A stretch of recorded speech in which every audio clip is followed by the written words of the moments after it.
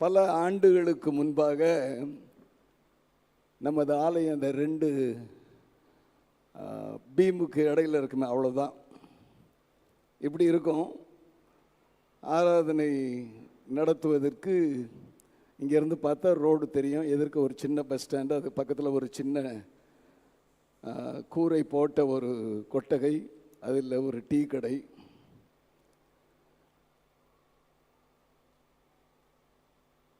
ஒரு நபர் வருவார் ஆலயத்துக்கு, குடும்பத்தை கொண்டு வந்து உள்ளே விட்டுட்டு அங்கேயே வெளியில் நிற்பார். நான் நின்று பிரசங்கம் பண்ணுறேன் இல்லை ஆராதனை நடத்த வந்த உடனே சிகரெட் எடுத்து வாயில் வச்சுக்கிட்டு பற்ற வச்சு பிடிச்சிக்கிட்டு இருப்பார். ஆராதனை முடிகிற வரைக்கும் பிடிச்சிக்கிட்டு இருப்பார். எனக்கு சில இடரல்கள் அதை உண்டாக்குவதாய் காணப்பட்டது. ஏன்னா நானும் அதுக்கு முன்னால் ரட்சிக்கப்படுறதுக்கு முன்னால் அதிகமாக புகைப்பிடிக்கிற பழக்கம். ஆனால் ஆலயத்திற்கு உள்ளே வந்துடுவேன். ஆராதனை முடிஞ்சு வெளியில் போகும்பொழுது பாக்கெட்லேயே இருக்கும், எடுத்து பற்ற வச்சுன்னு போயிடுவேன். மேல் பாக்கெட்லேயே வச்சுருப்பேன். ஒரு நாள் கம்யூனியன் எடுக்க வந்தப்போ ஆயர் அவர்கள் பார்த்துட்டு, ஐயா உங்கள் கூட நான் தனியாக பேசணுன்னாரு. நல்லா பேசுனா பேசுவேன், வித்தியாசமாக பேசுனா வித்தியாசமாக பேசுவேன் முதலே சொல்லிட்டேன்னா நல்லா தெரியும் என்னை பற்றி அவருக்கு. அவர் சொன்னார், நீங்கள் புகைப்பிடிக்கிறத பற்றி எனக்கு பிரச்சனை இல்லை, நான் கம்யூனியன் கொடுக்கும்போது இப்படி குனிஞ்சு கொடுத்தா உங்கள் பாக்கெட்டை தான் நான் பார்க்குறேன், எனக்கு அது இடரலாக இருக்குதுன்னு. சரியா, இனிமேல் நான் பேண்ட் பாக்கெட்டில் வச்சுக்கிறேன். அப்போவும் நான் சாரி சொல்லலை, இல்லை நான் விட்டுடுறேன்னு சொல்லலை. அதுக்கு ஒரு காலத்தை ஆண்டவர் நிர்ணயம் பண்ணி வச்சுருந்தார். டேவிட் சொல்கிற மாதிரி ஒரு அடி அடிங்கன்னு எங்கள் வீட்டுக்காரம்மா ஜெபம் பண்ணாங்களாம், அதனால் அடிச்சிட்டாரு. ஒரு கண்ணு போச்சு, அதெல்லாம் விட்டுட்டேன், மறந்துட்டேன். இன்றைக்கி ஒரு ஊழியக்காரனாக இருக்கிறேன். ஒரு ஆமீன் சொல்லம்மா. சரி, அந்த வெளியில் நின்று புகை பிடிச்சிக்கிட்டு இருந்தார். அவருடைய காரியம் என்னன்னு சொல்லுங்களேன் அப்படின்னு கேட்டிங்கன்னா அவருடைய காரியத்தையும் சொல்கிறேன்.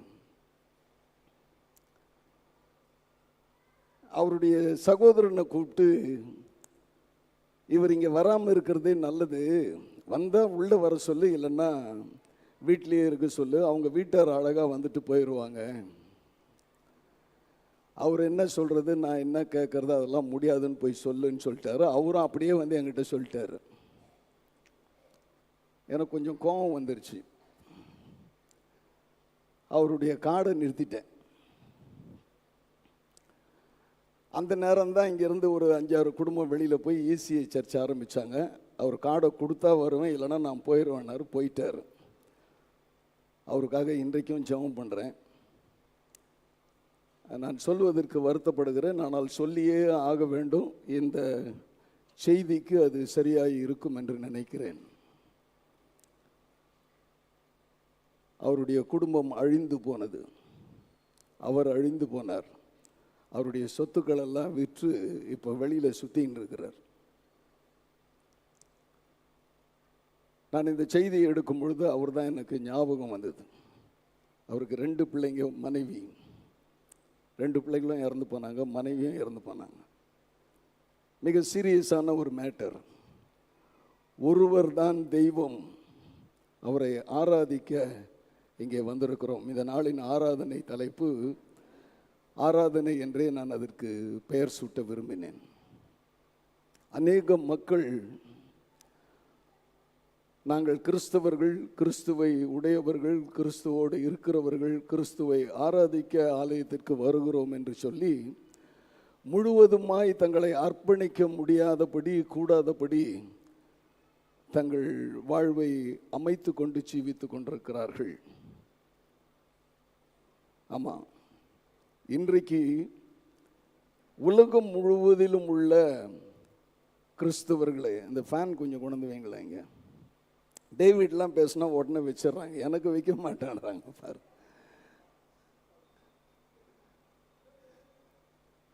சோத்திரம்.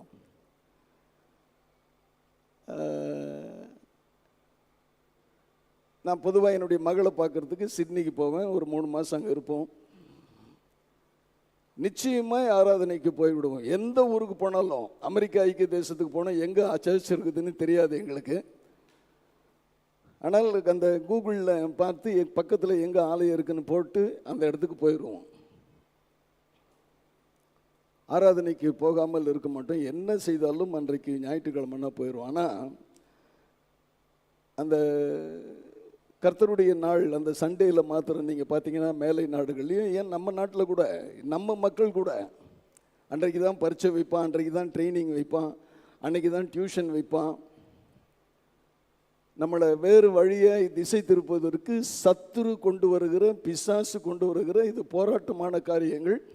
அவைகளிலும் ரொம்ப சீரியஸாக பின்பற்றி நடப்போம். அவங்க நல்லா இருக்கிறாங்களா இல்லையான்றதெல்லாம் எனக்கு தெரியாது. பல குடும்பங்கள் நான் இங்கேயே இருக்கிறதுனால, பழகிறதுனால, அவர்களை பற்றி அறிந்து கொள்றதுனால, அவர்களுக்காய் செபிப்பதுனால I know what it is, என்ன நடக்குதுன்றது எனக்கு தெரியும். பார்ப்பதற்கு இன்னும் கூட கொஞ்சம் தள்ளி வச்சு, ரொம்ப மூக்கில் அடிக்குது. பார்ப்பதற்கு நலமாய் தோணுவார்கள். அத்திப்பழம் பார்த்துருக்குறீங்களா? சாப்பிட்ருக்கீங்களா? ரொம்ப நல்லது சாப்பிட்றதுன்னு தான் சொல்லுவாங்க. பார்க்குறதுக்கு அழகாக இருக்கும், வாசனை இருக்காது. ஆனால் உடைச்சி உள்ளே பார்த்தா புழு நிறைய இருக்கும். ரொம்ப ஜாக்கிரதையாக சாப்பிடணும். அது மாதிரி தான் இன்றைக்கி அநேகர் ஜீவித்து கொண்டிருக்கிறார்கள். 145ஆம் சங்கீதம் 10ஆம் வசனம் விவதமாய் சொல்லுகிறது, கர்த்தாவே உம்முடைய கிரியைகள் எல்லாம் உம்மை துதிக்கும், உம்முடைய பரிசுத்தவான்கள் உம்மை ஸ்தோத்தரிப்பார்கள். உம்முடைய கிரியைகள்னா நானும் நீங்களும் துதிக்க முடியும். ஆனால் சாதாரணமாக இருக்கிற பறவைகளோ அல்லது இயற்கையோ அல்லது மலையோ அல்லது ஆண்டவர் உருவாக்கின வானாதி வானங்கொள்ளாத அந்த நட்சத்திரங்களோ வானமோ அவரை துதிக்க முடியுமா அப்படின்றால் துதிக்க முடியும். அவைகள் எழுப்புகிற அந்த ஓசைகள் மூலமாக துதிக்க முடியும் என்று வேதம் எழுதப்பட்டிருக்கிறது, வேதத்தில் இருக்கிறது. எப்பொழுது அவர் வருவார் என்று இயற்கை காத்து கொண்டிருக்கிறது என்று வேதத்தில் எழுதப்பட்டிருக்கிறது. இரண்டாவது வருகைக்காக இயற்கை காத்திருக்கிறதாம், அது கட்டப்பட்டிருக்கிறது என்று வேதத்தில் எழுதப்பட்டிருக்கிறது. ஆச்சரியமாக இருந்துச்சு எனக்கு அதை பார்க்கறதுக்கு. சாதாரணமான இயற்கையே கட்டப்பட்ட ஒரு சூழ்நிலையில் அது காத்திருக்கிறது, நான் எனக்கு எப்பொழுது விடுதலை கிடைக்கும் என்று சொல்லி.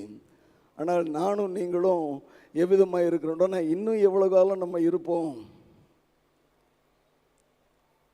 நான் சொன்ன ஒரு முறை என் நண்பர்கள்கிட்ட 100 ஆலயம் கட்ட எனக்கு ஆசைன்னு.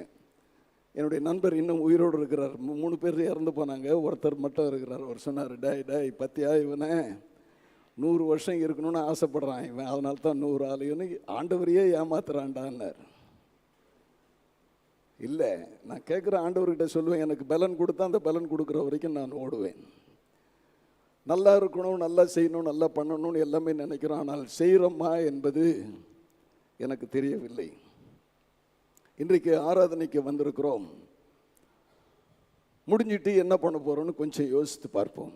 இல்லை நாம் என்ன செய்து கொண்டிருக்கிறோம் நம்முடைய வாழ்க்கையில்னு சொல்லி கொஞ்சம் யோசித்து பார்ப்போம். தாம்பரம் மார்க்கெட்டுக்கு யாராவது இந்த சண்டே 10 மணிக்கு போயிருக்கிறீங்களா? போகிறதுக்கு வாய்ப்பில்லை. நாங்கள்லாம் சர்ச்சுக்கு வந்துடுவோம், பார்க்குறதுக்கு வாய்ப்பில்லை. ஒரு சில ஆண்டுகள் தாம்பரத்தில் நான் வசித்தேன். அங்கே சீக்கிரம் அந்த சர்ச் முடிஞ்சிடும். அப்படி மார்க்கெட் பக்கம் போனால் ஜேன்னு கூட்டம் இருக்கும். யார் எல்லாம் கிறிஸ்தவங்க எல்லாம் போய் அன்னைக்கு தான் எல்லாம் கறியும் மீனும் அதையும் இதையும் வாங்கி சமைச்சு நல்லா சாப்பிட்டுட்டு கால் நீட்டி டிவி பார்த்துட்டு நல்ல ரெஸ்ட் எடுத்துகிட்டு போகிறது. ஆராதனையை குறித்ததான சிந்தையோ செயலோ நாம் ஒருவருக்கும் அதிகபட்சமாய் இருப்பதில்லை. எப்பொழுது முழுவதுமாய் நம்மை ஆண்டவரிடத்திலே நாம் ஒப்பு கொடுக்கிறோமோ, அர்ப்பணிக்கிறோமோ, இன்னும் கூட ஒரு வார்த்தை நான் கூட போய் சொல்லலாம், சரணடைகிறோமோ. ஐயா நான் ஒன்றும் இல்லை அப்படின்னு சொல்லி என்னைக்கு நீ சரணடைகிறாயோ அதுவே நீ செய்யத்தக்க புத்தியுள்ள ஆராதனை என்று என் வேதம் சொல்லுகிறது. அந்த புத்தியுள்ள ஆராதனையை நாம் செய்கிறோமா என்று நம்மை ஆராய்ந்து பார்க்கத்தான் இன்றைக்கு இந்த செய்தியை உங்கள் மத்தியிலே நான் கொண்டு வந்தேன். சரி, இந்த ஆராதனைக்கு பல பெயர்களை சூட்டலாம். சண்டே சர்வீஸ், உபவாச ஜெபம், ஃபாஸ்டிங் ப்ரேயர், இல்லை ஆண்டவருக்கென்று தங்களை பிரதிஷ்டை செய்து விடுவது. சின்ன வயசுலேயே நீங்கள் பார்த்தீங்கன்னா, இவன் ஊழியக்காரனாக வரணும் சுவாமி, குழந்தையே இருக்காது ஒரு 4-5 வருஷத்துக்கு. எனக்கு ஒரு குழந்தை கிடச்சா அண்ணாள் ஜெபம் பண்ண மாதிரி, இந்த ஆல்டரை பிடிச்சின்னு ஜெபம் பண்ண மாதிரி அவங்க வந்து ஜெபம் பண்ணுவாங்க. இந்த குழந்தைய நான் பிரதிஷ்டை பண்ணிடுறேன். காலப்போக்கில் அந்த பிரதிஷ்டை மறந்து போய் என்ன பண்ணுவாங்க அப்படின்னு சொன்னால், நல்லா படிக்கிறான், ஃபஸ்ட்டு மார்க் எடுக்கிறான், 100க்கு 101 மார்க் எடுக்கிறான் அப்படின்னா அவனை டாக்டருக்கு படிக்க வச்சு நல்லா சம்பாதிக்க அமைச்சிடுறாங்க. அந்த பிரதிஷ்டையை கூட மறந்து போகிறோம்.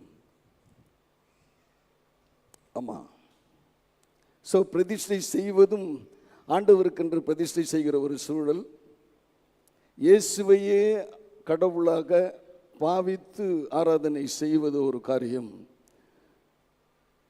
அவனவன் என்னை பின்பற்ற விரும்பினால் தன்னை வெறுத்து தன் சிலுவையை சுமந்து பின்பற்றி வருகிறது ஒரு ஆராதனை.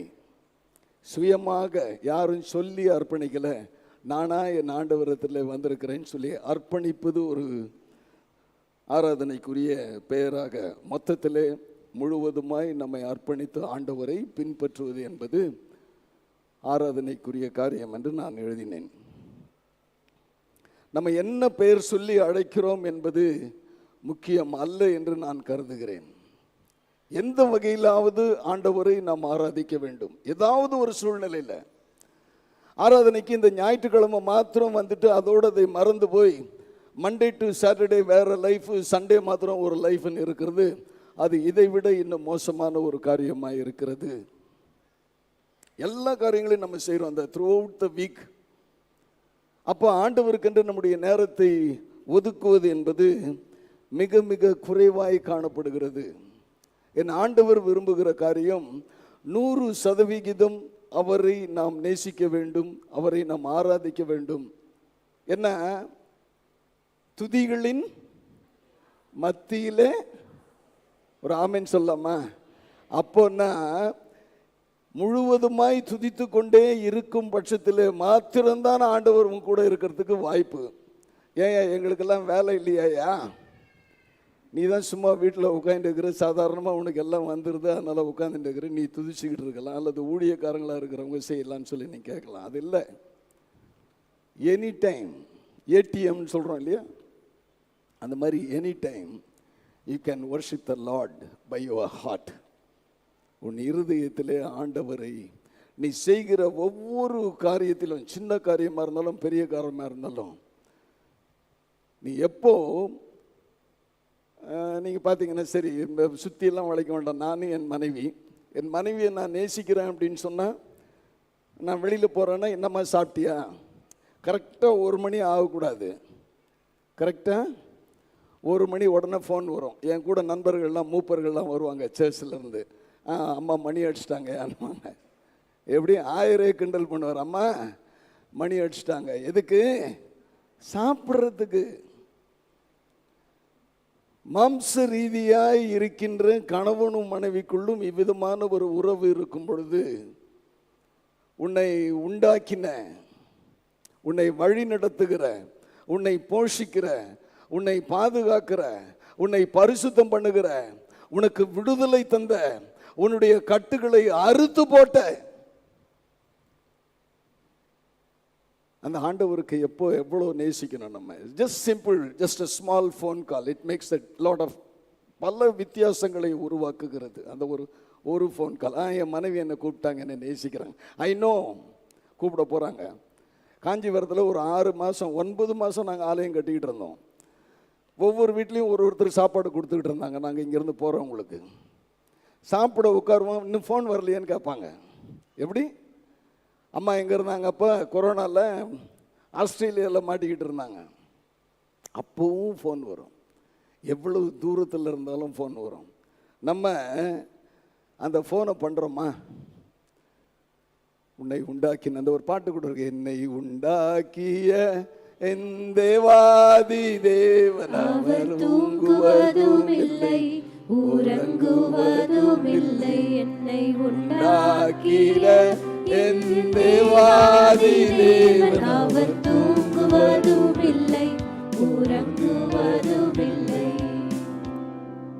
தாவீது சொல்றான், அந்தி சந்தி மத்தியானம் ஆண்டவரை துதித்துக் கொண்டிருப்பான். இன்னொரு வசனம் எழுது, மானானது நீரோடைகளை வாஞ்சித்து கதறுவது போல தேவனே என் ஆத்துமா. ஆமா, எவ்வளோ அருமையான வேத வசனம் பாருங்களேன். எப்பொழுது விடியும் என்று யார் காத்திருப்பாவான்? ஜாமக்காரன் காத்திருப்பானா? அவனை போல நானும் இருக்கணும். ஆமாயா, you have the time and you have the right. ரெண்டுமே இருக்கு. அதை செய்யறதுக்கு மனசு இல்லாததுனால நம்ம தூர போய் கொண்டிருக்கிறோம், அவரை விட்டு தூரம் போய் கொண்டிருக்கிறோம். எனக்குள் வாசமா இருக்கிறார். பாட்டு ரொம்ப அழகா பாடிடுறோம், எங்களுக்குள்ளே வாசம் செய்யும் ஆவியானவரே, இந்நாளில் உம் சித்தம் போல் நடத்தி செல்லுமையா. போதும், உம் சித்தம் செய்யணும்னு சொல்றீங்களே, இன்னைக்கு அது செஞ்சிருக்கிறோமா? என் சித்தம் என்னவா, நான் என்ன யோசிக்கிறனோ, நான் என்ன செயல்படணும்னு விரும்புகிறனோ, எது எனக்கு நன்மையோ அதை செய்ய நாம் விரும்பி நாம் செய்து கொண்டிருக்கிறோம். சரிப்பா, இதெல்லாம் பரவாயில்ல. முழுவதுமாக சரணடையணும்னா ஆண்டவரை நம்பணும், அவரை நேசிக்கணும். அப்போ தான் சரணடைய முடியும். அவரோடு இருந்தால் தான், அவரை நினைத்து கொண்டிருந்தால் தான், அவரை பற்றி பேசி கொண்டிருந்தால் தான். நான் ரொம்ப சிம்பிளாக சொல்லணும்னா, உங்களுக்கு செல்ஃபோன் எல்லாருமே வச்சுருக்கிறோம். எல்லாருடைய இதுலேயுமே இந்த பாட்டுகள் இருக்கும், வசனங்கள், வேத புத்தகங்கள் இருக்கிறது. பல வேத புத்தகங்கள் என்னுடைய செல்ஃபோனில் வச்சுருக்கிறேன். அன்னன்னைக்கு ஒரு காரியத்தை வாசிப்பேன். வசனத்தை போட்டு கேளுங்க. எல்லாமே டாக்கிங் பைபிள் வந்துருச்சு ஃபோனில். பாடல்களை மைல்டாக வச்சுக்கிட்டு வெளியில். ஒரு நாள் ஆனந்த ஸ்திரா அவர்களை ஏர்போர்ட்டில் நம்ம மீட்டிங்கு கூப்பிட்டு வரதுக்கு நான் போகிறேன். உன்னதமான ஒரு ஊழியக்காரர். ஏர்போர்ட்டில் ஏறினதுலேருந்து வீட்டுக்கு வர வரைக்கும் அந்த பைபிள் வசனம் சொல்லிக்கிட்டே இருக்குது. எங்கே சொல்லுதுன்னு திரும்பி திரும்பி பார்க்குறேன். நான் எனக்கெல்லாம் கண்டுபிடிக்க முடியல. மைல்டு அவருடைய பாக்கெட்டில் இருந்து, பேண்ட் பாக்கெட்டில் இருந்து அந்த சவுண்டு வந்துக்கிட்டே இருக்குது, அந்த வேத வசனம். He wanted to live with the God's word. கர்த்தருடைய வார்த்தையில் அவர் ஜீவிக்க விரும்புகிறார். ஆகவே இதை செஞ்சிருக்கிறார். நம்ம செய்கிறோமா? வீட்டில் அழகாக டிவியில் சிறப்பான, நான் சொன்னேன்ல, ஒரு நாள் ஒரு வீட்டுக்கு போகிறேன் காலையில் ஜெபம் பண்ணுறதுக்கு. நான் ஆணையிட்டால்னு ஒரு பாட்டு. ஐயோ, பயந்துட்டேன், நான் காலி பண்ணிடுவாங்க போல் இருக்குது நம்மளை. ஆமாம், கொஞ்சம் அப்படி லேசாக மாற்றங்களை நீங்கள் கொடுப்பீங்கண்ணா. சரி, ஆண்டவரை ஆராதிப்பது, நான் அந்த பேரெல்லாம் சொன்னேன், இப்படிலாம் செய்யலாம், இதெல்லாம் பண்ணலான்னு. உலக ஆராதனை என்று நான் ஒன்று யோசித்தேன். இது கண்டிப்பாக சொல்லணுமே அப்படின்னு சொல்லி. உலக ஆராதனைலாம் நீங்கள் சொல்லுங்கள், நான் ஆண்டவரை பற்றி நான் சொல்லிட்டேன். இன்னாலாம் உலக ஆராதனை இருக்குது, சொல்லுங்களேன். சொல்ல மாட்டீங்களா? நான் சொல்லட்டுமா? சரி, ஒரு சில காரியங்களை நான் சொல்லுகிறேன். பணம், அந்த பணம் இருந்தால் அவனுக்கு ஆராதனை. அப்படியே மடித்து மடித்து உள்ளே வச்சுக்குவான், பத்திரமா வச்சுக்குவான், இங்கே வச்சுக்குவான், இங்கே வச்சுக்குவான், இன்னொன்று இந்த பட்டனை திறந்துட்டு உள்ளே வச்சுக்குவான். பணத்தை ஆராதனை செய்கிற மக்கள் அநேகம் பேர் இருக்கிறோம். எனக்கு தெரிஞ்ச ஒரு சேட்டு உக்கம் சந்தன்னு தாம்பரத்தில் இருக்கிறார். அவர்கிட்ட அங்கே தாம்பரத்தில் நான் கடையில் உட்காந்துருக்கும் போது அங்கே போய் உட்காருவேன். அவர் அந்த மார்வாடி கடையில் ஒரு மணி நேரத்துக்கு ஒரு தூரம் என்ன பண்ணுவார்னா, ஒரு சின்ன நல்ல இந்த சைஸில் உயரத்தில் ஒரு லாக்கர், நல்ல ஸ்ட்ராங்காக தடி, இவ்வளோ பெரிய இரும்பு, அது ஊதுவத்தி பற்ற வச்சு அதை சுற்றினே இருப்பார். என்னையா இந்த மாதிரி பண்ணுறியா அப்படின்னு நான் கேட்டேன்.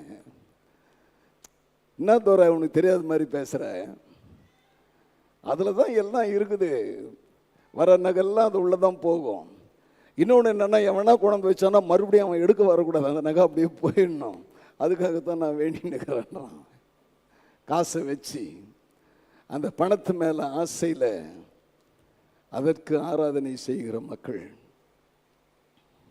அப்புறம் ஆஸ்தி, சொத்து, சுகம்லாம் சேர்த்துட்டு அதை ஆராதனை செய்து கொண்டு தூக்கம் வராது ராத்திரியில் அவனுக்கு. அதையே யோசிச்சுக்கிட்டு இருப்பான். இன்னும் எங்கே போகலாம், எங்கே போகலாம். பைபிள் சொல்லுது, வீடு மேலே வீடு சேர்க்குறவங்களுக்கு ஐயோன்னு சொல்லுது.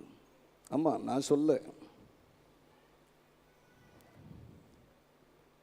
ஜாக்கிரதை. அதுக்கு ஒரு ஆராதனை. நீங்கள் ஏதாவது சொல்லுங்களேன், வேற என்ன விதமான ஆராதனை இருக்குதுன்னு சொல்லி சொல்ல மாட்டேன்றீங்களே.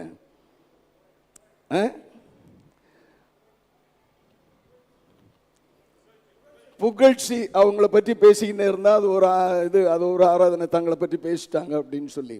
அதனாலேயே நான் ஒரு காலகட்டத்தில் ஒரு முடிவு எடுத்தேன், இந்த துண்டு போடுறேன், ஒரு சர்ச்சு கட்ட உடனே நம்மளை பற்றி தான் பெருசாக பேசிட்டு இருப்பான், பேரே போடக்கூடாது சர்ச்சு கட்டுற இடங்கள்னு சொல்லி ஒரு நாளும் ஒரு இடத்துலையும் பேர் போட்டதில்லை. உங்கள் அப்பா அம்மா பேரை போடுன்னு பிஷப் தேவசேகரன் சொன்னார். ஐ செட் நோ, அது கூட வேண்டான்னு. இப்போ கூட இந்த சர்ச் திறந்தப்போ போனோம், எல்லாருக்கும் ஷால் போட்டாங்க, எனக்கு போனோன்னாங்க. ஐ செட் நோ, புகழ்ச்சி வேண்டாம். அந்த புகழ்ச்சி அது ஒரு ஆராதனையாகவே காணப்படுகிறது. படிப்பு, நல்லா படிச்சுட்டு வந்துட்டா நான் என்ன போல படித்தவன் யாரும் கிடையாதுன்னு சொல்லிக்கிட்டு வராங்க, அதை ஒரு ஆராதனையாக வச்சுக்கிட்டு இருக்கிறான். ஜாதி, அதனுடைய பெருமையில் இருக்கிற அதை ஆராதிக்கிற மக்கள் இருக்கிறாங்க. நான் மோகன் சி லாசரஸை கொண்டு போடணும்னு நினச்சேன், அப்படி திட்டுறாரு அவர் அப்படியே ஜனங்களை. அதுக்கும் கை தட்டுறான், பின்னால் வந்து அப்படி தான் நடந்துக்கிறான். மாற்றமே கிடையாது, அதில் மாற்றமே கிடையாது. அதையும் ஆராதிக்கிற மக்கள் இருக்க தான் செய்கிறாங்க. இப்போ இவங்கெல்லாம் எப்படி நாளைக்கு நான் பரலோகம் போவேன், ஆண்டவர் இடத்துல போவேன், எனக்காக பரலோக வாசல் திறந்திருக்குதுன்னு எப்படி நம்ம சொல்ல முடியும்? இன்னொரு குரூப் கூட இருக்குது, நான் லஞ்சம் வாங்க மாட்டேன், லஞ்சம் கொடுக்க மாட்டேன்னு எந்த நேரமும் அதையே பேசிக்கிட்டு இருப்பான். அந்த மாதிரி நண்பர் ஒருத்தர் எனக்கு இருந்தார். எப்போ பேசினாலும் அவரை பற்றி தான் பேசுவார். அவரை பற்றி இன்னொரு நண்பர் சொன்னார், ஏங்க அவன்லாம் கிறிஸ்தவனாங்க, அவன் கூட போய் சுற்றின்னு இருக்கிறீங்களே, அடப்பாவி, என்ன இந்த மனுஷன் லஞ்சமே வாங்க மாட்டார், உண்மையாக இருக்கிறாரு, அவரை பற்றி அந்த மாதிரி சொல்கிறேன்னு சொல்லிட்டு நான் யோசித்தேன். இவரும் கிறிஸ்தவர், அவரும் கிறிஸ்தவர். அப்போ அவர் சொன்னார், அவர் எனக்கு சுப்பீரியர் ஆஃபீஸரு, நான் போய் சோத்துறோன்னு தான் சொல்லுவேன், சிரிக்க கூட மாட்டான் அந்த ஆள், லைஃப்பில் சிரித்து நான் பார்த்ததே இல்லை அப்படின்றான். அது ஒரு ஆராதனை. சரி, இதில் யார் யாரெல்லாம் எங்கே ஃபிட்டின் பண்ணுறோன்னு கொஞ்சம் யோசித்துக்கோங்க. நான் முழுவதுமாக ஆண்டவரிடத்தில் அர்ப்பணிச்சேன்னு யாராவது நினைக்கிறீங்க, சொல்கிறீங்க அப்படின்னு சொன்னால் நீங்கள் இதெல்லாம் மேற்கொண்டுட்டீங்க, வெற்றி அடைஞ்சிட்டீங்கன்னு அர்த்தம். அவ்விதமாக வெற்றி அடைஞ்சவங்களுக்கு நான் கரங்களை தட்ட விரும்புகிறேன். நீங்கள் யார் யாரெல்லாம் தட்டணும்னு நினைக்கிறீங்களோ தட்டுங்க, என்னால் முடியும்னா தட்டுங்க. ஆமாம்,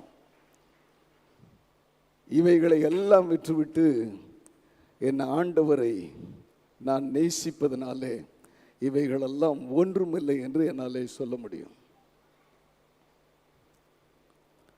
இன்றைக்கு இந்த ஆராதனையிலே எப்படி நாம் நடந்து கொள்ள முடியும் என்பது மட்டுமல்ல, ஆண்டவர் என்னை நேசிப்பதனாலே நான் எப்படி அறிந்து கொள்ள முடியும் என்பதையும் தெரிந்து கொள்ளலாம்.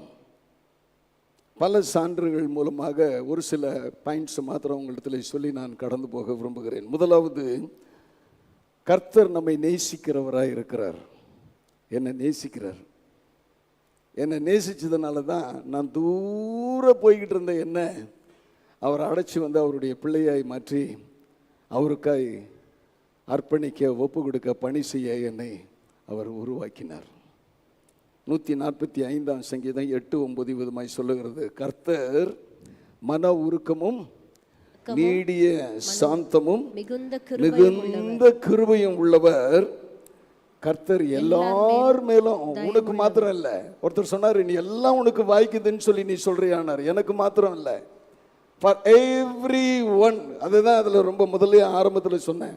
எல்லா கிரியைகளும், எவ்ரிபடி, எல்லார் மேலேயும் அவர் இரக்கம் உள்ளவராய் காணப்படுகிறார் என்று இந்த வசனம் தான் ரொம்ப அழகாக சொல்றது. அவர் இரக்கங்கள் அவருடைய எல்லா கிரியைகளின் மேலும் உள்ளது என்று வேத வசனம் சொல்லுகிறது. இன்றைக்கு அவர் என்னை நேசிக்கிறாரு. நான் ஒன்று சொல்லட்டுமா, ஒன் சைடு மாத்திரம் நேசிச்சு பிரயோஜனம் இல்லை. am I right? சரியா நான் சொல்றது? இப்போ இந்த கணவனும் மனைவியும் அவங்க மாத்திரம் என்னை நேசிச்சு பிரயோஜனம் இல்லை. ஐ ஷுட் ஆல்சோ கிடையாது, ஐ ஷுட், கண்டிப்பாக நான் அவங்கள நேசிக்கணும். எனக்கும் என் மனைவிக்கும் என் மகளுக்கும் அவங்க கணவனுக்கும் அவங்க பார்த்துக்கிட்டு இருப்பா. கண்டிப்பாக போன உடனே ஒரு சண்டை வரும், வந்தாலும் பரவாயில்ல. ரொம்ப வித்தியாசம் இருக்குது. சமீபத்தில் கூட சொன்னேன், அவர் சிக்கா இருக்கிறார் அப்படின்னு சொன்னால் நீ தான் விசாரிக்கணும், நீ தான் மருந்து கொடுக்கணும், நீ தான் உடம்பு பிடிச்சி விடணும், நீ தான் குளிப்பாட்டி விடணும்னு கூட சொல்லுவேன் நான் என் மகளுக்கு ஆலோசனை. காரணம் என்னன்னா, I receive all these things. இந்த அனுபவங்களை என் மனைவி மூலமாக நான் பெற்றுக்கொள்கிறேன். என் மகளும் அப்படியே இருக்கணும்னு சொல்லி நான் விரும்புகிறேன். என்னை இயேசுநாதர் அப்படி தான் விரும்புகிறார். அவர் என்னை நேசிக்கிறார், நான் அவரை நேசிக்க வேண்டும். ஏன்பா அவர் தான் இங்கே இல்லையே, எப்படி நேசிக்க போற? அவருடைய கிரியைகள் எல்லாம் இருக்கிறாங்கல்ல இங்க எல்லாம், அவங்கள நேசிக்கங்களேன். பார்க்கிற காண்கிற சகோதரனிடத்துல அன்பு காட்டாதவன் காணாத தேவனிடத்துல அன்பு காட்டவே முடியாது, நிச்சயமா முடியாது. It is highly impossible. ஆமா, முடியவே முடியாது. சொல்லலாம், நாங்க பார்க்கிறோம், செய்கிறோம் எல்லாம் சொல்லலாம், ஆனால் அதற்கு வாய்ப்புகளே இல்லை. You will say that I love the Lord Jesus Christ, நீ சொல்லுவேன். ஆனால் என்னைக்கு சொல்லணும்னா, அந்த அன்பு மேலிருந்து வரும்பொழுது அந்த லவ்வுக்கு முதல் வார்த்தை மேலிருந்து வருதில்ல, கீழே இங்கே போகணும். அது இங்கே போகாமையே உள்ளே இப்படி மூட்டி வச்சுக்கிட்டேன் அப்படின்னா நீன்னு தான் காமிக்கிறது. மிச்சம் 3 வரலாம் 4 வரலாம் உன்னை தான் காமிக்கும். குற்றவாளியாய் உன்னை மாற்றி போடும், குற்றவாளியாய் நம்மை மாற்றி போடும். ஒருவேளை நீ ஆண்டவரை நேசிக்கிறேன்னு சொல்லிட்டு எதுவுமே செய்யாமல் இருந்தோம் அப்படின்னு சொன்ன நாம் குற்றவாளிகளாக ஒரு நாளில் நிற்போம். 2வது, நமது வாழ்க்கையின் ஒவ்வொரு விவரத்தையும் ஆண்டவர் அறிந்திருக்கிறார், கவனித்துக் கொள்கிறார். அறிந்திருக்கிறது மட்டும் இல்லை, அவர் கவனித்துக் கொள்கிறார் என்று நான் வாசித்தேன். நான் எழுதினேன் அதை. Everything, how is it possible? நான் இதை எழுதும் பொழுது என்னுடைய வாழ்க்கையில் நடந்த ஒவ்வொரு காரியமாக யோசித்து பார்த்தேன். Step by step by step by step by step ஒவ்வொரு காரியமாக அப்படியே போய்கிட்டே இருக்கு. கீழே போல மேலே போய்கிட்டே இருக்கு. ஒவ்வொன்றையும் யார் செய்கிறா அப்படின்னா, இன்னைக்கு காலையில் என்னை ஒரு 7:30 மணிக்கு பெனா வந்து ப்ரேயர் ரூமில் என்னை பார்க்குறான். அவங்க கூட பேசுறதுக்கு என்ன முடியல, மனம் இழகி போனேன். ஆண்டவர் அவ்விதமான காரியங்களை நம்முடைய வாழ்க்கையில், ஒவ்வொருவருடைய வாழ்க்கையிலும், என்னுடைய வாழ்க்கையில் மாத்திரம் இல்லைங்க, அமர்ந்து கொண்டிருக்கிற ஒவ்வொருவருடைய வாழ்க்கையிலும் அவ்விதமாய் கொண்டு வந்திருக்கிறார். நீ நினைக்கலாம், உன்னுடைய படிப்பு, உன்னுடைய சாமியார்த்தியம், உன்னுடைய செயல் அல்லது உன்னுடைய ஜெபம், உன்னுடைய உபவாசிப்பு, உன்னுடைய வேத வாசிப்பு உன்னை இவ்விதமாய் கொண்டு வந்து நிறுத்தியிருக்குன்னு நீ நினைக்கலாம். நோ, அது என் ஆண்டவருடைய செயல். வேதவசனம் ரொம்ப தெளிவாக சொல்லுது. மத்தேயு 10:30 சொல்லுது, He has counted each and every one of my hair. வாசிங்களா 10:30, உங்கள் தலையில் உள்ள மயிரெல்லாம் எண்ணப்பட்டிருக்கான், முடிகளெல்லாம் எண்ணப்பட்டிருக்கிறது, ஆதலால் பயப்படாதிருங்கள். இன்னைக்கு ஃபியர் தான் நம்ம எல்லாம் எங்கேயோ கொண்டு போய் வச்சுக்கிட்டு இருக்கு. இன்னைக்கு நடைபெறுகிற காரியங்கள் என் ஆண்டவரால் நடைபெறுகிறது என்று எப்பொழுது உன்னாலே சொல்ல முடியுமோ, எப்பொழுது நீ ஏற்றுக்கொள்ள முடியுமோ, அன்றைக்கு இன்னும் ஆண்டவர் உனக்கு செய்வதற்கு ஆயத்தமாக இருக்கிறார். நான் ஏற்கனவே சொல்லியிருக்கிறேன், எங்கள் வீட்டில் என்னுடைய ப்ரேயர் ரூமில் நான் உள்ளே நுழைஞ்சவுடனே நான் போய் உட்காந்தேன்னா எதிர்க்க ஒரு சின்ன ஒரு போர்டு எழுதி வச்சுருக்கேன், கவுண்ட் யுவர் பிளெஸ்ஸிங்ஸ்.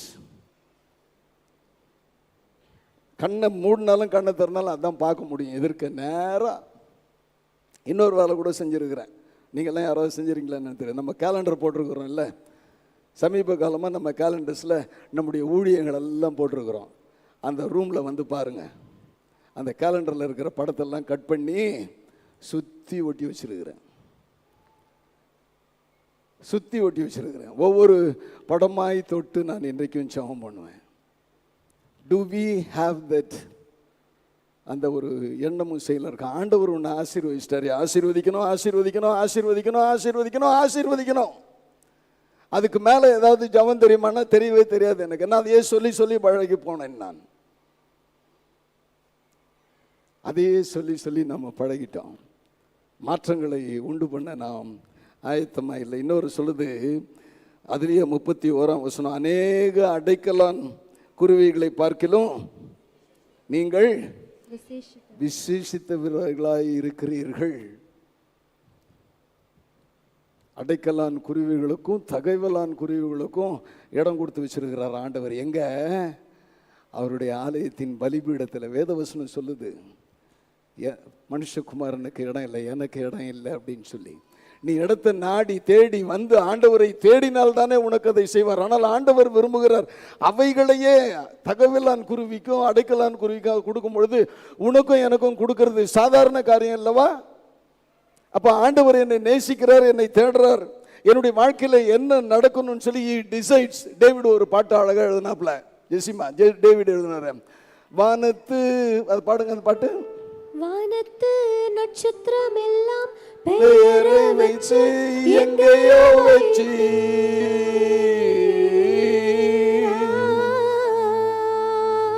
ஆமென். வானத்து நட்சத்திரம் எல்லாம் பெயரை வச்சு எங்கேயோ வச்சு, என் பேரை உள்ளங்கையில வரைஞ்சு வச்சு அழகு பார்த்தீர். என் பேரை உள்ளங்கையில வரைஞ்சு வச்சு அழகு பார்த்தீர். இசையா இது நெசமா? இசையா இது நெசமா? உன் பேரையும் என் பேரையும் உள்ளங்கையில் வரைஞ்சி வச்சிருக்கிறேன்னு சொல்றது ஏன்? You want to believe it? நம்புறீங்களா? நம்புங்க. நம்மை சுற்றிலும் மதில்களை எழுப்பி அதன் மீது கண்ணோக்கமாக இருக்கிறாராம் என் ஆண்டவர். மதில்களை எழுப்பி கண்ணோக்கமாக அதை பார்த்து கொண்டே இருக்கிறார். பரலோகத்திலிருந்து நம்மை பார்த்து கொண்டே இருக்கிறார். என்றைக்கு நீ உன்னை அர்ப்பணிக்கிறாயோ, என்றைக்கு நீ சரணடைகிறாயோ, அன்றைக்கு நிச்சயமாய் ஆண்டவர் உன்னை பார்க்கிறவராய் பார்க்கலாம். அவர் உன்னுடைய வாழ்க்கையினுடைய ஒவ்வொரு காரியத்தையும், ஒவ்வொன்றையும் சாதாரணமாக இல்லை, அநேக இன்றைக்கெல்லாம் சொல்லிக்கிட்டே இருந்தால் கூட, நான் சாட்சி சொல்லிக்கிட்டே இருந்தால் கூட அதுக்கு முடிவே கிடையாதுங்க, முடிவே கிடையாது. Such a way he has brought me. I told you, ஏற்கனவே சொல்லியிருக்கிறேன். வெறும் கையா இதை யாக்கோபுனுடைய பாட்டு பாடுவோமே. என்ன பாட்டு? வெறும் கையாய் நான் கடந்து வந்தேன், இரு பரிவாரங்கள் எனக்கு தந்தே. வெறும் கையாய் நான் கடந்து வந்தேன், இரு பரிவாரங்கள் எனக்கு தந்தே.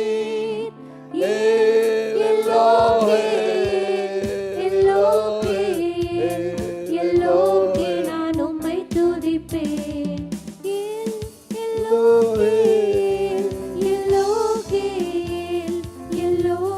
நான் உம்மை துதிப்பேன். என் தகப்பனுடைய கரங்களை 5 வயசுல பிடிச்சிங்கன்னு இந்த 5.5 கிலோமீட்டர் நடந்து வந்திருக்கிற முடிச்சிருக்கு. என் அண்ணனை அப்பா தூக்கிட்டாரு, தம்பியை அம்மா தூக்கிட்டாங்க. என்னை தூக்குறதுக்கு யாரும் இல்லை. பட் ஐ வில் சே ஆண்டவர் என்னை சுமந்து வந்தார். He has a purpose to bring me to this village. அதுதான் சொன்னேன் நான் இந்த 2வது பாயிண்டில். ஆண்டவர் என்னை சுமக்கிற தெய்வம், மறந்துடவே கூடாது ஒருபோதும். 3வது காரியமாய் எல்லா நன்மைகளையும் அனுபவிக்கின்ற திறனை நமக்கு ஆண்டவர் கொடுத்துருக்கிறார்.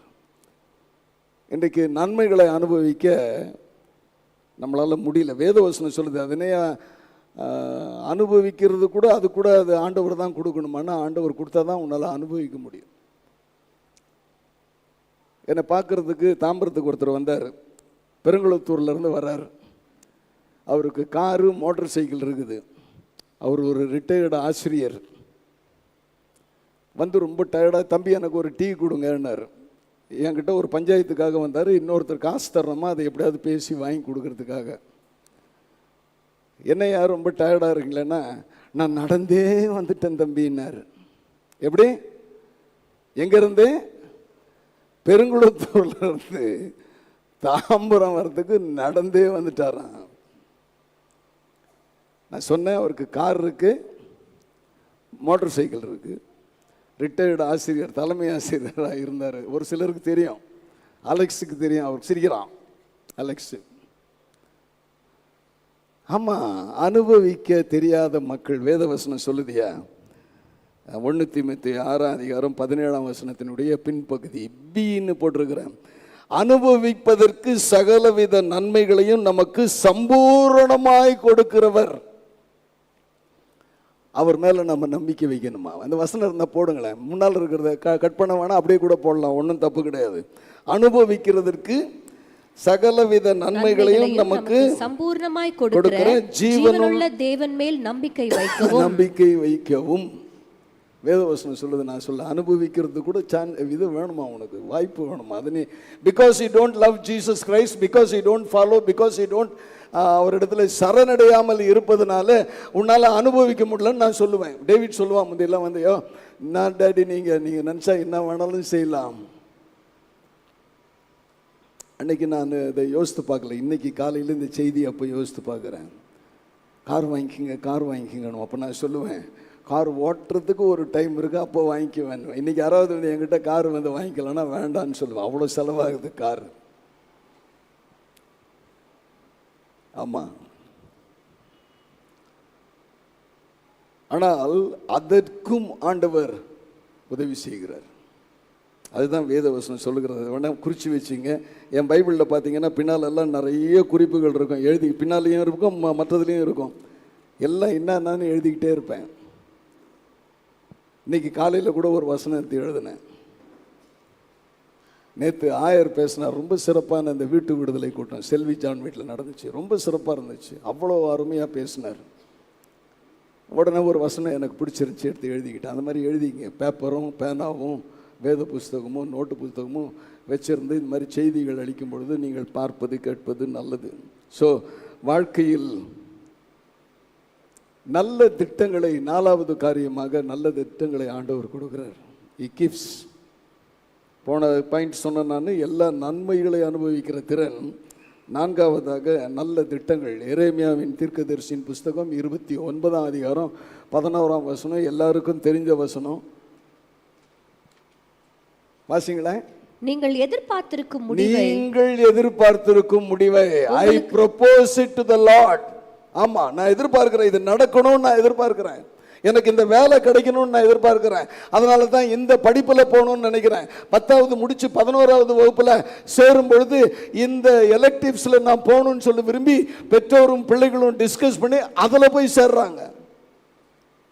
ஒரு வருஷத்துக்கு மேலே இருக்குது காலேஜ் முடிக்கிறதுக்கு. கேரனுக்கு ஒரு 10 நாளைக்கு முன்னாலே என்கிட்ட பேசுகிறாங்க. அவங்க அப்பா அம்மா 2 பேரும் இங்கே நாங்கள் படிக்க வைக்கலாம், இப்படி படிக்க வைக்கலாம் யோசிக்கிறோன்னு. ஒரு வருஷத்துக்கு முன்னாலே பிளான் பண்ணுறாங்க.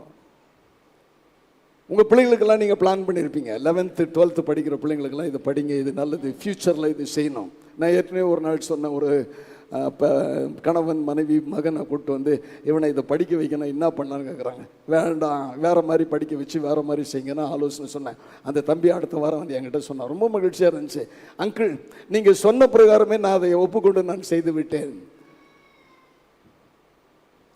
நல்ல திட்டங்களை, நல்ல முடிவுகள் தான். அந்த 29:11 திரும்ப அதை எழுதி வச்சு அதுக்காக நீங்கள் வாசிங்க. என்னுடைய முடிவு இதாக இருந்தால் கூட நீங்கள் என்ன செய்ய வருகிறீர்கள்? நீங்கள் எதிர்பார்த்திருக்கும் முடிவை உங்களுக்கு கொடுக்கும்படிக்கு நான் உங்கள் பேரில் நினைத்திருக்கிற நினைவுகளை அறிவேன் என்று கர்த்தர் சொல்லுகிறார். அவைகள் தீமைக்கு அல்ல, சமாதானத்துக்கு ஏதுவான நினைவுகளே.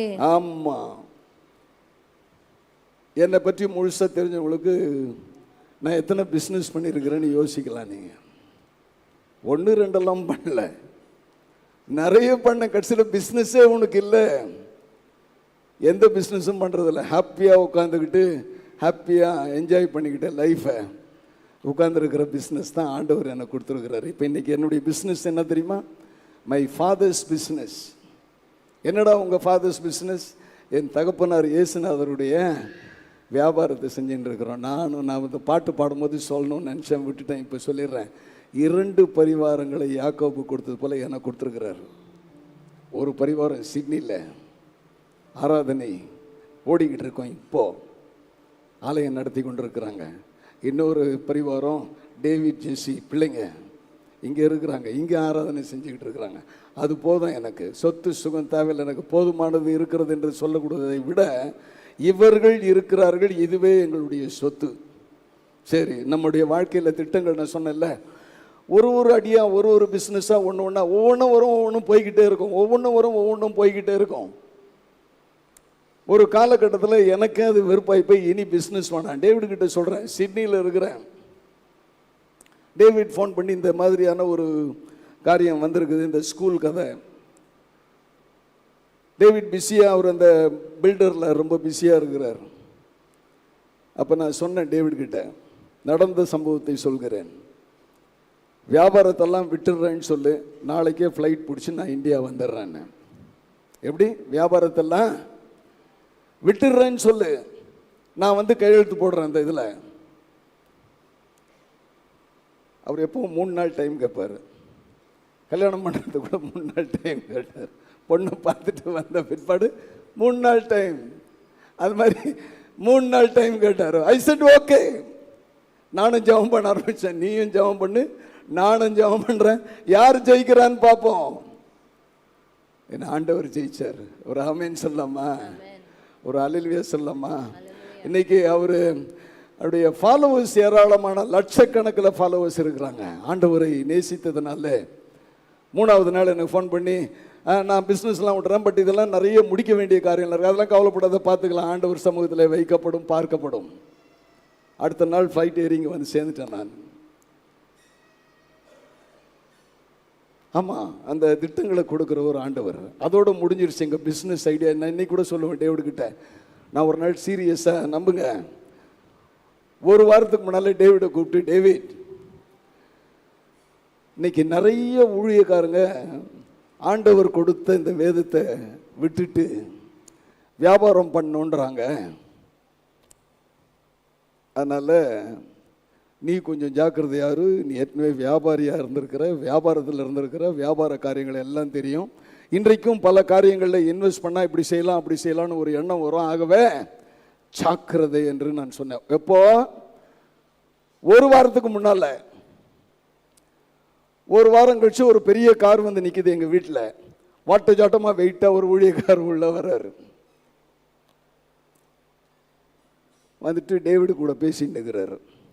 சரி, ஒரு ஊழியக்கார் வந்தார், ஹாய் சொல்கிறேன், எனக்கும் தெரியும் அந்த ஊழியக்காரை, ஆனால் சிட்னியில் பார்த்து நான் கேட்டேன், எங்கள் சர்ச்சுக்கு வாங்கன்னு, நீங்கள் வந்தால் நல்லாயிருக்கும். அப்போ டேவிட் ஜெசி எல்லாம் உருவாகலை. அப்போ அவர் சொன்னார், நான் வந்தால் நிறைய செலவாகுமேன்னாரு. எங்கள் சபை ஏழை சபை, அதனால் வேண்டாம் அப்படின்ட்டு வந்துட்டேன். இப்போ இன்னைக்கு என் பிள்ளையை தேடின்னு என் வீட்டுக்கு வர்றாரு. என்ன காரணம்னு கேட்டேன். அவர் போன பிற்பாடு டேவிட் சொல்கிறாப்புல, அவருக்கு பிஸ்னஸ் பண்ணணும்னு ஆசையா, நான் பிஸ்னஸ் மேனுன்னு என்கிட்ட ஆலோசனை கேட்க வந்தாருன்றான்.